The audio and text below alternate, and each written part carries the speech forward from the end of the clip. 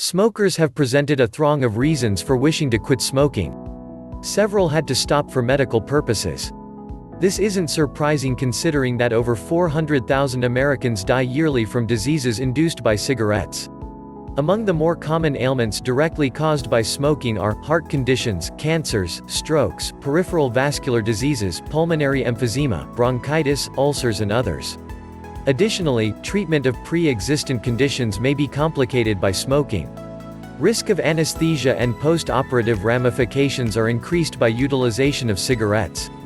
Social pressure is a different major reason for stopping. Smoking is today viewed as smelly, nauseating and disgusting by non-smokers as well as by a lot of the over 50 million ex-smokers in our nation. While smoking was once believed to be sophisticated, individuals who smoke nowadays are scorned by many of their peers. A few smokers now feel that they appear lacking in self-discipline and looked down upon for not bearing the intelligence to stop. A few wish to stop smoking to set a positive example for their youngsters. The expense of smoking is a different major reason. Many remember stating, "If cigarettes ever reach $1 a pack, I'll stop." Now cigarettes are approaching 5 times that amount and these same individuals have continued to smoke. A smoking couple may be motivated to quit once realizing they're spending thousands of dollars a year to maintain their addiction. Besides, smokers burn holes in their clothes, automobile, furniture and carpeting. Not only may costly burns result, but accidental fires may be started. As a matter of fact, over half of the fire deaths in our nation are induced by cigarette smoking. Many have quit smoking previously for a significant time period and returned to smoking. When they were free from smokes they felt healthier, calmer, and happier. But lack of comprehending allowed them to tempt a puff.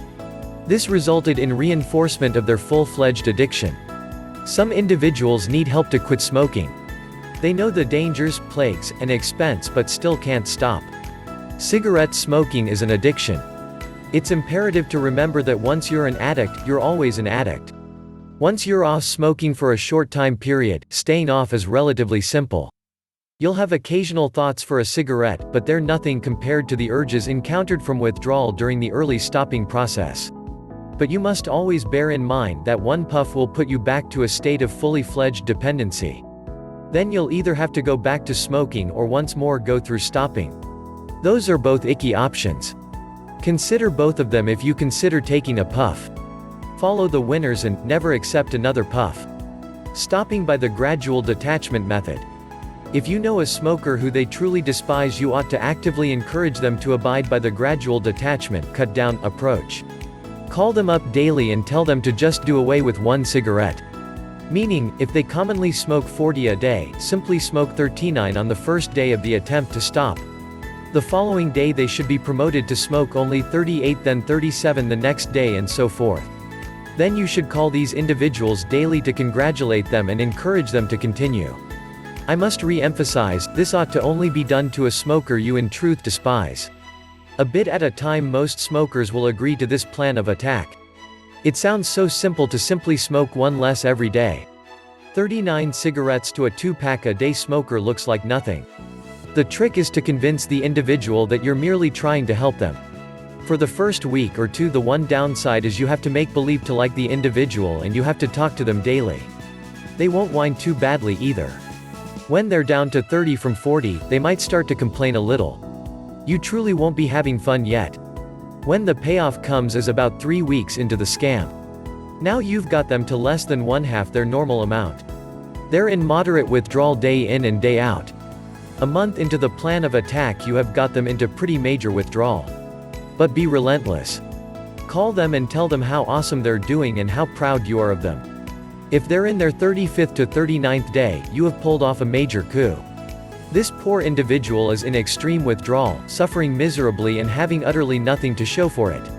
They're no closer to stopping withdrawal than the day you began the procedure. They're in chronic withdrawal, not treating him or herself to 1 or 2 a day, but really depriving him or herself of 35 to 40 per day. 10. If you wish to go in for the defeat, when you have them down to 0, tell them don't worry if matters get rugged, simply take a puff every once in a while. If you are able to get them to fall for this, taking one puff every 3rd day, they'll remain in withdrawal eternally. Did I mention you truly should despise this individual to do this to them? It's likely the cruelest practical joke that you may ever pull on anybody. You'll undercut their chance to stop, make them suffer infinitely, and likely they'll at some point give up, return to smoking, have such fear of stopping as of what they experienced cutting down, that they'll go on to smoke till it kills them. Like I stated, you better truly despise this individual. Hopefully there's no one you despise that much to do this to them. I trust nobody despises themselves enough to do this to themselves. Stopping cold turkey might be hard, but stopping by this withdrawal method is nearly impossible. If you have an option between hard and out of the question, go for hard. You'll have something to show at the end of a difficult process, but nothing but wretchedness at the end of an out of the question approach. Stop cold and in 72 hours it eases off. Cut back and it will essentially get progressively worse for weeks, months, or years if you let it. 11. I ought to mention, this isn't a new method. Talk to every long-run ex-smoker you know. Attempt to find one individual who successfully used the cut-back approach, bit by bit reducing to eventual zero over weeks or months. You'll be hard-pressed to find even one individual who fits this bill. One other view that ought to help you see the flaw in the attack. Look at individuals here who had once stopped for months or years and then relapsed. One day, after such a long time period, they take a drag and are smoking once again. If one puff may do this after years or decades, guess what it will do after months or days of being smoke-free? It puts the smoker back to square one. All that any ex-smoker has to do to prevent relapse or chronic withdrawal is to never accept another puff.